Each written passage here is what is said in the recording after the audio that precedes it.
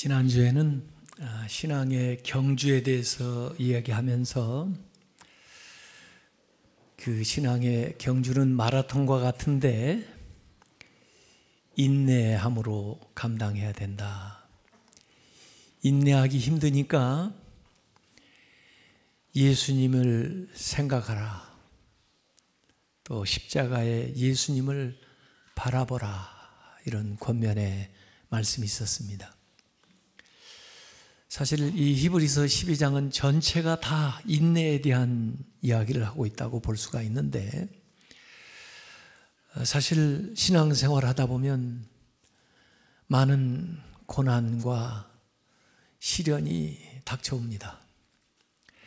그 고난이 올 때 우선 어디에서 오는가 하는 것을 생각해 볼 필요가 있습니다. 세상으로부터 또 마귀로부터 오는 시련이 있습니다.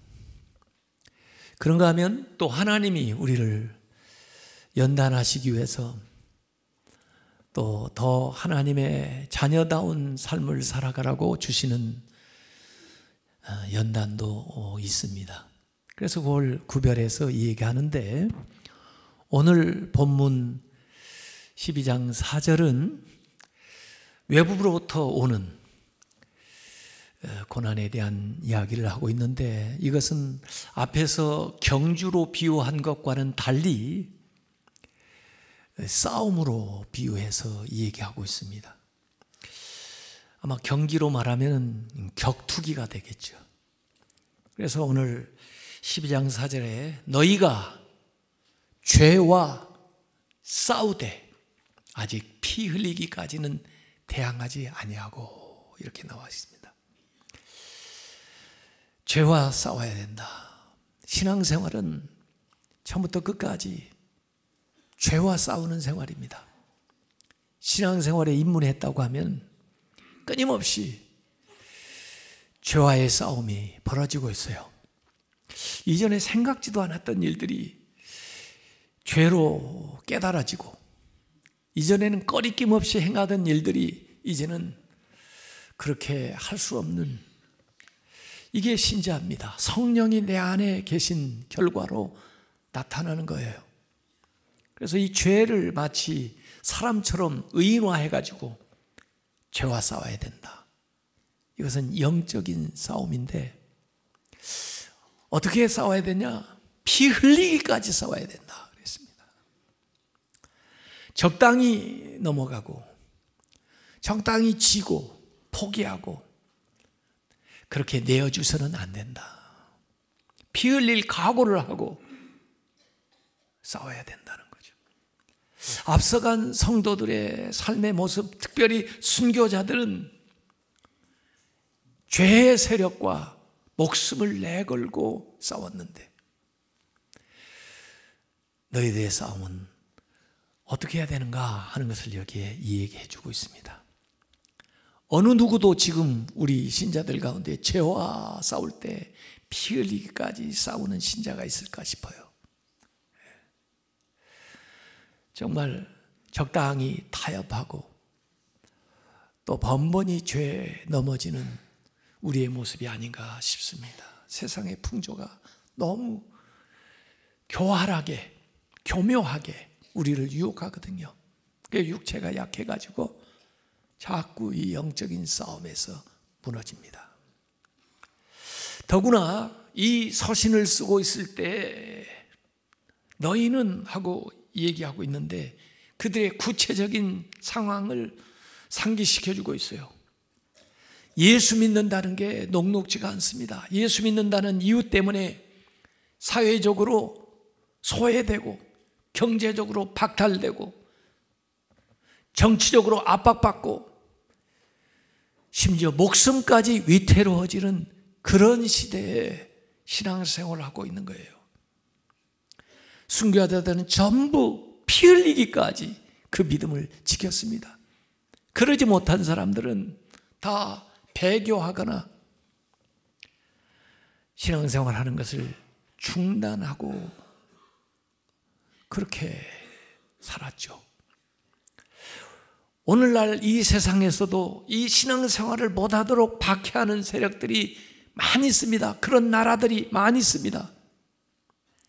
그 가운데 피를 흘리면서 신앙생활하는 사람들이 많이 있습니다. 우리나라 역사를 봐도 일제시대에 또 공산주의 지하에서 목숨 걸고 신앙생활을 했던 선배들이 많이 있습니다.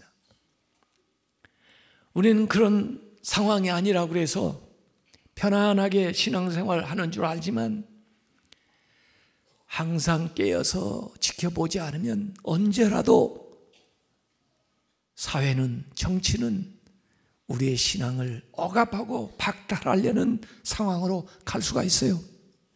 우리나라라고 안심할 상황이 아닙니다. 신앙의 자유라는 명목으로 기독교 복음을 전하지 못하도록 미션스쿨에서조차 하는 일들이 이 나라에서 벌어지고 있습니다. 인권이라는 명목으로 성경에서 말하는 죄에 대해서, 동성애에 대해서 말하는 것 자체에 대해서 법으로 규제하려고 하는 일들을 벌이는 것이 대한민국 국회입니다. 우리가 깨어서 신앙생활을 하지 않으면 언제라도 우리가 향유하는 이 믿음을 박탈당하고 믿는다는 이유 때문에 억압당하고 사회적으로 불이익을 당할 수 있는 상황에 놓여 있다는 것을 우리는 항상 염두에 두고 나라의 일들이나 정치를 살펴봐야 돼요. 그러지 않으면 어려운 상황이 우리나라에도 도래할 수가 있습니다. 이렇게 외부적으로 하는 박해, 유혹하는 죄악에 대해서도 우리가 싸워야 되지만 또 이 세상에서 우리가 당하는 내부적인 연단이 있습니다. 그래서 오늘은 더 많은 부분을 할애해가지고 히브리서 기자는 이것을 징계라고 하는 단어로 우리에게 설명을 해주고 있습니다. 그래서 오늘 읽었던 5절부터 11절까지 보면 이 징계라고 하는 단어가 8차례가 언급이 되는데 원래 원어 헬라어로 보면은 파이데이아예요. 파이데이아. 이 말은 정말 번역하기가 어려운 말입니다. 그래서 우리나라 성경에는 징계라고 번역을 하고 말았는데 이 징계라고 하는 것은 조금 잘못 이해하면 우리가 통상적으로 잘못한 것에 대해서 벌을 주는 의미로 이해를 하면은 원래 원어의 뜻과는 다릅니다. 그러니까 영어 성경에는 이 징계를 파이데이아를 뭐라고 영어 성경에는 번역을 했냐면 디스플린이라고 번역을 했습니다. 디스플린, 훈련이라는 거죠. 물론 그 훈련 안에 나름의 잘못했을 때에 좀 벌을 주어가면서 훈련하는 그 훈육의 개념이 들어가 있는 단어이기는 한데 그래도 저는 영어 단어 디스플린이 더 잘된 번역이라고 보고 싶어요. 왜냐하면 미국에서 이렇게 자녀들을 교육을 하는데요, 식당에 가보면 디스플린이 애들이 잘 됐나 안 됐나 구분이 됩니다. 이 대중식당에 가서 미국 아이들 되게 디스플린이 잘 된 아이들 보면요, 아이들 앉는 의자 체어에 앉혀놓으면 가만히 앉고 턱받침 이렇게 하고 음식 나오면 고 먹습니다. 그런가 하면 우리 한국 아이들은 같은 음식점에 가면요 앉아있지를 않아요. 막 돌아다녀요. 그래서 자기 부모뿐만 아니라 다른 사람들까지도 그냥 그 음식점에서 유쾌하게 음식 먹으러 왔다가 좀 불쾌해지는 그런 경험이 있어요. 그런 아이는 디스플린이 안 됐다 그런 의미예요. 그래서 아주 어려서부터 아이들을 적절한 방법으로 디스플린을 시켜야 되는 거예요. 근데 어렸을 때는 이 감각적인 단계니까 감각을 통해서 배우니까 뜨거운 것, 또 차가운 것, 또 아픈 것 이런 걸 통해서 아이들을 교육을 시키니까 아주 어렸을 때는 적절하게 체벌도 필요하다는 거예요. 그래서 이건 아픈 거, 이건 하지 말아야 되는 거, 이건 싫어하는 거, 이거는 안 좋은 거, 이렇게 아이가 몸으로 깨닫는 거죠. 네. 또 잘하면은 상을 줘요. 맛있는 걸 준다든지 이렇게 해서 아이가 이 달콤한 거, 이거 좋은 거, 이거 해야 되는 거 이렇게 하는 거죠. 이 아이가 조금 잘하면은 그 다음에 자랑스러움과 부끄러움을 통해서 애를 교육을 하죠. 그래서 잘했을 때는 I'm so proud of you. 너 정말 자랑스러워. 정말 잘했어. 이렇게 칭찬해주면 이거 계속해야 되는 거, 이거 좋은 거 이렇게 아이가. 그런데 조금 잘못하면은 그러면 안 되는데 왜 그랬니? 이렇게 부끄러운 거, 하지 말아야 되는 거 이걸 통해서 아이들이 자라는 거죠. 그러다가 이성이 발달하게 되면 옳은 것과 그른 것을 이치에 맞게 깨닫게 가르쳐 주어서 그 아이의 그 발달 단계에 따라서 디스플린을 시켜야 그 인생이 바른 인생이 되는 거죠. 그게 여기 징계라고 표현한 말로 이해를 하면 됩니다. 그래서 여기 파이데이아라는 게 어린 자녀를 교육하는 건데, 그 파이데이아의 동사가 파이듀오인데 사전 뜻에 이렇게 나와요.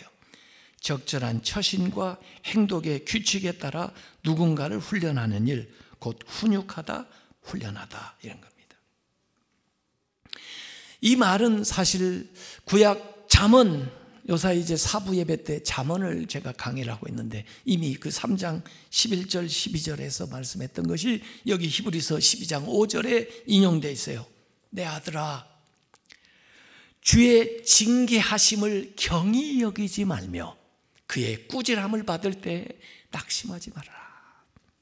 이 징계라든지 꾸질함이라든지 이게 같은 것인데요, 그걸 받을 때 내 아들아 경히 여기지 말고 또 그걸 받을 때 낙심하지 마라. 이 경히 여기는 거하고 낙심하지 마라는 건 완전히 양극단에 속한 거예요. 경히 여기는 건 뭐예요? 아버지가 그렇게 엄히 말씀했는데도 그걸 무시하거나 그걸 가볍게 여기는 거나 그거에 대해서 불평하거나 원망을 하거나 이러면은 경히 여기는 거죠. 중하게 여기는 게 아니죠. 또 이 징계를 받을 때 훈육을 받았는데도 불구하고 너무 심하게 그걸 자기에게 받아들여 가지고 낙심천만하게 돼 가지고 나는 정말 쓸모없는 자식인가 봐. 내 인생은 그냥 이제 끝장났나 봐. 그래가지고 애들이 낙담이 들어서 그냥 극단적인 선택을 하는 아이들도 있잖아요. 이 양극단에 처하지 마라. 경히 여기지도 말고 낙심하지도 말고. 왜? 너를 위해서 그러는 거니까. 그건 우리가 어떻게 받아야 돼요? 달게 받아야 되는 거죠. 그 징계를, 그 훈계를 잘 받아들여야 돼요. 자기에게 유익이 되도록 받아들여야 된다는 거예요. 그게 인내하는 거죠. 그게 참는 거죠. 그래서 달게 받는다는 것은 믿음으로 받는 것이고, 기도하면서 받는 것이고, 겸손하게 받아들이는 것이고, 소망 중에 받아들이는 거고, 감사하는 마음으로 받는 거예요. 그래서 만약에 우리가 자녀라면 말이에요, 부모가 매질을 하면, 매를 한 대 턱 때리면 감사합니다. 또 감사합니다. 또 감사합니다. 그러면 부모가 매질을 할 수 있을까요?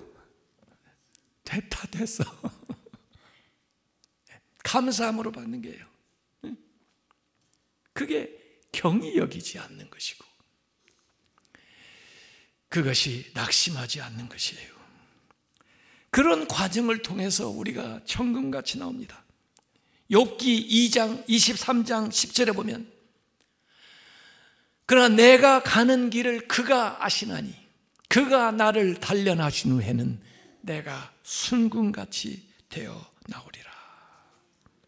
오늘 히브리서 12장 7절에도 너희가 그것을 참는 것은 징계를 받기 위함이라. 하나님이 아들과 같이 너희를 대우하시나니, 징계를 받는다, 아들 대우를 받는 것이라니 어찌 아버지가 징계하지 않는 아들이 있으리요. 아들마다 다 나름의 디스플린, 훈육을 받는다 그 말이에요. 훈육이 없으면 그 아버지가 참 아버지인지 나를 주워온 자식으로 취급하는 건지 모른다 그거예요. 그래서 징계를 받으면 우선 내가 참 아들이라는 증거구나 그렇게 여기면 되고, 그 아래 6절에도 주께서 그 사랑하시는 자를 징계하고 그 받아들이시는 아들마다 채찍한다 그랬으니까 하나님이 나를 용납하시기 때문에 그렇구나, 하나님이 나를 사랑하시기 때문에 그렇구나, 그렇게 징계를 받으라는 거예요. 서양 속담에도 매를 아끼면 자식을 버린다 하는 말이 있어요. 물론 매만 때려서도 안 되죠. 아이를 안아줘야죠. 매를 때리고 난 다음에는. 요새는 이제 이 체벌이 정말 효과가 있는가에 대한 논쟁이 많이 있어요. 체벌을 통하지 않고도 아이를 잘 훈육하는 방법이 있다면 얼마나 좋겠어요. 그렇게 하면 좋겠죠. 그런데 학대해서도 안 되지만 방치해서도 안 돼요. 아이에게 교육적인 효과로 사용되는, 오늘 제가 제목으로 삼았습니다만 사랑의 매는 허용될 수 있을지 몰라도 아동을 학대하는 수준, 아이가 감당할 수 있는 이상의 그 아이의 정서적인 거나 신체적인 것을 뛰어넘는 그런 무력은 학대에 해당하는 거죠. 해서는 안 되는 거죠. 그런가 하면 유기해서도 안 돼요. 방치하는 거예요. 사실 하나님도 우리를 계속 말씀으로 인도하시는데도 불구하고 우리가 하나님을 떠나서 계속 제멋대로 살다 보면은 결국에는 하나님도 유기한다는 이야기가 로마서 1장 24절, 26절, 28절에 나와요. 마음의 정욕대로 버려두사, 부끄러운 욕심에 버려두사, 상실한 마음으로 내버려두사, 이렇게. 그 버려진 사람들은 나중에 심판대에 가서 그 모든 것들을 결산하게 돼요. 그러나 자식들은 그때그때 교정함으로써 다시 더 좋게 회복이 되는 거죠. 그래서 심판하고 이 징계는 다른 겁니다. 하나님의 자녀들에게는 심판이 없어요. 심판이라는 죄에 대한 형벌인데 예수 그리스도가 이미 십자가에 못 박혀 돌아가심으로써 우리의 죄의 값은 지불해 주었기 때문에 하나님의 자녀들에게는 심판이 없어요. 그러나 하나님의 자녀들에게도 징계는 있어요. 그것은 교정하기 위한 것이란 말이에요. 이 심판은 하나님의 원수들이 받는 것이지만은 징계는 하나님의 자녀들이 받는 거예요. 형벌은 이 법률적인 것이지만은 징계는 모성적인 행사예요. 형벌은 보응, 죄에 대한 보응이지만 징계는 치료하는 거예요. 하나님의 사랑에서 나오는 거예요. 심판은 하나님의 진노에서 나오는 거고요. 그래서 우리가 징계를 받을 때는 하나님의 선하심과 인자하심과 사랑에서 나오는 것이다. 오늘 히브리서 12장 9절에 또 우리 육신의 아버지를 은유로 들어가지고 하나님을 설명을 하고 있어요. 우리를 징계하여도 공경하였거든 아버지라고. 하물며 모든 영의 아버지께 우리가 징계를 받을 때 더욱 복종하며 살려 하지 않겠느냐. 육신의 아버지한테도 공경을 하는데 나를 징계함에도 불구하고 영의 아버지 하나님을 복종 복종해야 되지 않겠냐. 그 육신의 아버지와 영의 아버지의 공통점을 얘기한 것 같지만 사실 10절에는 다른 점도 나와요. 이 육신의 아버지는 그들은 잠시 자기의 뜻대로, 그 아버지의 뜻대로 우리를 징계하였거니와 오직 하나님은 우리의 유익을 위해, 자녀의 유익을 위하여 그의 거룩하심에 참여하게 하시느니라. 과정과 목적이 좀 다른데요. 부모들은 이 단기적이에요. 잠시, 지금 볼 때, 왜냐하면 인간의 한계가 그거거든요. 그리고 자기의 생각에, 자기의 뜻대로 자식을 교육하고 만들어 보기 위해서 징계합니다. 이건 세상적인 유익을 위해서, 잠깐의 유익을 위해서 부모가 징계해요. 저도요, 제 아버지한테 그렇게 맞아본 사람이 아닌데 어머니한테는 좀 맞아봤어도, 근데 제가 신학교 지원한다고 우리 아버지한테 맞은 적이 있습니다. 우리 아버지는 의대를 가야 된다는 거예요. 의사가 돼야 되는 거예요. 그게 아버지 뜻이에요, 우리 아버지. 근데 저는 은혜를 받고 나서, 하나님의 부름을 받고 나서, 나는 목회자가 돼야 되겠다. 말로 해서 안 들으니까 매질을 해요. 생각이 단기적이고 자기의 뜻대로 자식에게 강요하는 거죠. 사람은, 인간은 이렇게 아무리 아버지라도 육체의 어떤 일어나는 분노, 또 자기 뜻대로 자식을 만들어 보려는 욕심, 이런 것들 때문에 자녀를 징계하기도 하지만 하나님은 그야말로 우리의 참 유익을, 영원한 유익을 위해서 우리를 징계한다는 거예요. 하나님이 뭘 모르시겠어요? 그렇기 때문에 궁극적으로 영의 아버지신 하나님의 징계야말로 온전한 훈육이라고 말해요. 우리의 유익을 위한 건데, 결국은 우리의 영적인 유익, 영원한 유익을 위한 건데, 어디에 우리를 도달시키려고 하냐면 하나님의 거룩하심에 이르게 하도록 우리를 연다라는 거예요. 그것이 하나님의 목적이라는 거예요. 그래서 로마서 5장 3, 4절에는 우리가 환난 중에도 즐거워하나니 이는 환난은 인내를, 인내는 연단을, 연단은 소망을 이룬 줄 알미로라 그랬어요.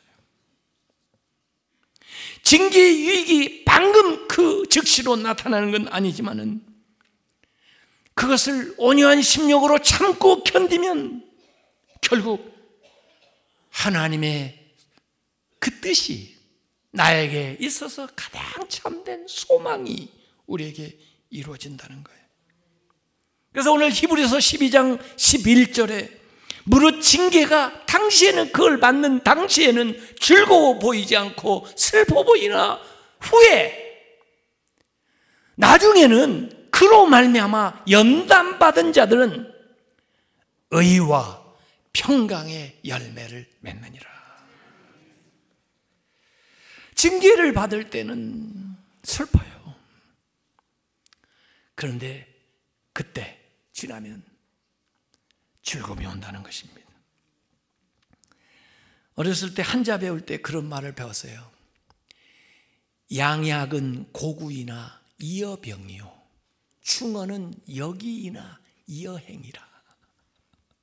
좋은 약은 입에 쓰나 병에 이롭고, 좋은 말씀은 귀에 거스리나 행동에 유익하다. 그런 말이거든요. 애들이 병원 가가지고 주사 안 맞겠다고 야단을 치면은 어떡하나요? 운다고 안 맞춰요? 그거 주사 맞아야 건강해지는데, 그 약 안 먹겠다고 경기를 일으키는데 그 쓴 약 그거 안 먹으면 그 병이 그대로 진행되는데 안 먹여요? 네. 당시에는 좋아 보이지 않지만 좋은 결과를 낸다는 거예요. 우리는 이 시간 속에 사니까 영혼을 모르잖아요. 우리는 보이는 것만 보고 있으니까 보이지 않는 걸 모르잖아요. 우리의 슬픔이 기쁨으로 바뀌어주고, 지금은 달갑지 않아도 놀라운 상급으로 우리에게 나타나는 거예요. 그 하나님의 사랑을 믿으세요. 그 하나님의 섭리를 믿으세요. 그 하나님의 뜻을 믿으세요. 그 하나님의 능력을 믿으세요. 그리고 달게 받으세요. 그래서 이 징계는 그 믿음에 대한 도전입니다. 그래도 믿을 수 있느냐? 그래도 믿을 수 있다. 그래도 믿을 수 있냐? 그래도 믿을 수 있다. 이게 믿음입니다. 그거 없이는 믿음의 결과를 볼 수가 없는 것이에요. 야고보서 1장 2절 3절에 보니까 내 형제들아 너희가 여러 가지 시험을 당하거든 온전히 기쁘게 여기라. 이는 너희의 믿음의 신연이 인내를 만들어내 줄 너희가 알미라. 결국에 아름다운 열매를, 영적인 유익을 우리에게 가져다 줘요. 저도 요새 좀 연단 받고 있거든요. 무슨 연단 받는 줄 아세요? 어쩌자고 제가 교단 부총회장을 나오겠다고 그래가지고 연단 받고 있어요. 그런 연단이 있는 줄 몰랐어요. 이제 목회 편안하게 잘 하고 있는데 왜 이 연단이 필요한가? 근데 사실은 제가 중앙교회 왔을 때 연단이 없었는 줄 아십니까? 연단 많이 받았습니다. 지금 이제 벌써 14, 15년 됐으니까 하는 얘기지만, 이야, 정말 이게 목회인가? 제가 미국에서 유학하다가 한국 들어왔을 때는 그러면 연단이 없었는 줄 압니까? 연단 많이 받았습니다. 아니, 그렇게 교수 되기 어려운 줄 몰랐습니다, 제가. 아니, 그러면 제가 미국 유학 갔을 때는 편안히 공부한 줄 압니까? 연단 많이 받았습니다. 숱하게 받았습니다. 돈 없이 애들 데리고 그 공부하는 그 과정이요, 말을 안 해서 그렇죠. 표현할 수 없는 일들을 당했습니다. 제가 그 불신자 가정에서 신학교 갔을 때는 그런 편안히 공부한 줄 아십니까? 연단 숱하게 받았습니다. 그런데 그 과정 통해서 제가 오늘 여기 서 있습니다. 우리 부모들이 다 예수 믿고 우리 삼형제가 다 목사 되고, 이야, 연난을 통과하면 위대한 열매들이 맺히게 되는 것입니다. 연난을 받지 않으면 그런 열매가 있을 수가 없어요. 그래서 오늘 성경에도 이 연단을 통해서 너에게 의와 화평함과 거룩함의 열매가 따라온다는 것이에요. 우리의 신앙생활은 그 연단의 연속이에요. 이 연단이 끝나면 또 연단이 오고, 그 연단이 끝나면 또 연단이 오는데, 그 과정을 통해서 우리의 삶에 열매가 맺히는데, 의로움의 열매가 맺히고, 평화의 열매가 맺히고, 거룩함의 열매가 맺히고, 하나님 나라의 위대한 열매가 우리의 삶에 맺히는 걸 믿으시길 바랍니다. 영적으로 우리를 유익하게 하기 위해서 오는 거예요. 감당하세요. 조금만 참으세요. 오늘 12절 13절에 그러므로 피곤한 손과 연약한 무릎을 일으켜 세우고 너희 발을 위하여 곧은 길을 만들어 저는 다리로 하여금 어그러지 않고 고침을 받게 하라 그랬어요. 우리가 실망하거나 낙심하면요, 먼저 발이 풀리고요, 손이 풀려요. 맥이 풀리는 거예요. 뭘 해야 될지를 몰라요. 정신당한 사람 돼요. 그러지 말라는 거예요. 손을 올리고 발을 굳건하게 서서 똑바로 주님을 바라보고 나가야 돼요. 참고 견뎌내야 돼요. 주님이 도와주셔요. 주님이 함께 하셔요. 주님께서 그때부터 역사하셔요. 전원다리 치유해 주셔요. 새 힘을 주셔요. 능력을 주실 줄로 믿습니다. 주님께서 우리에게 인내하라고 지금 가르쳐 주시는 거예요. 믿음 생활할 때 믿지 못하게 하려고 하는 외부에 많은 고난도 옵니다. 피 흘리기까지 대항을 해야 됩니다. 죽기밖에 더 하겠어요? 신앙생활 과정도 녹록지 않습니다. 우리가 거룩하심, 주님의 그 거룩하심에 도달할 때까지 수없이 연단의 과정을 거쳐가요. 그때도 참아 견디시기 바랍니다. 여러분의 삶에 의의 열매, 평강의 열매, 거룩함의 열매가 풍성하게 열릴 때까지 주님이 주시는 힘을 구하면서 믿음으로 담대히 나가시기를 주님의 이름으로 축원합니다. 축원합니다. 축원합니다.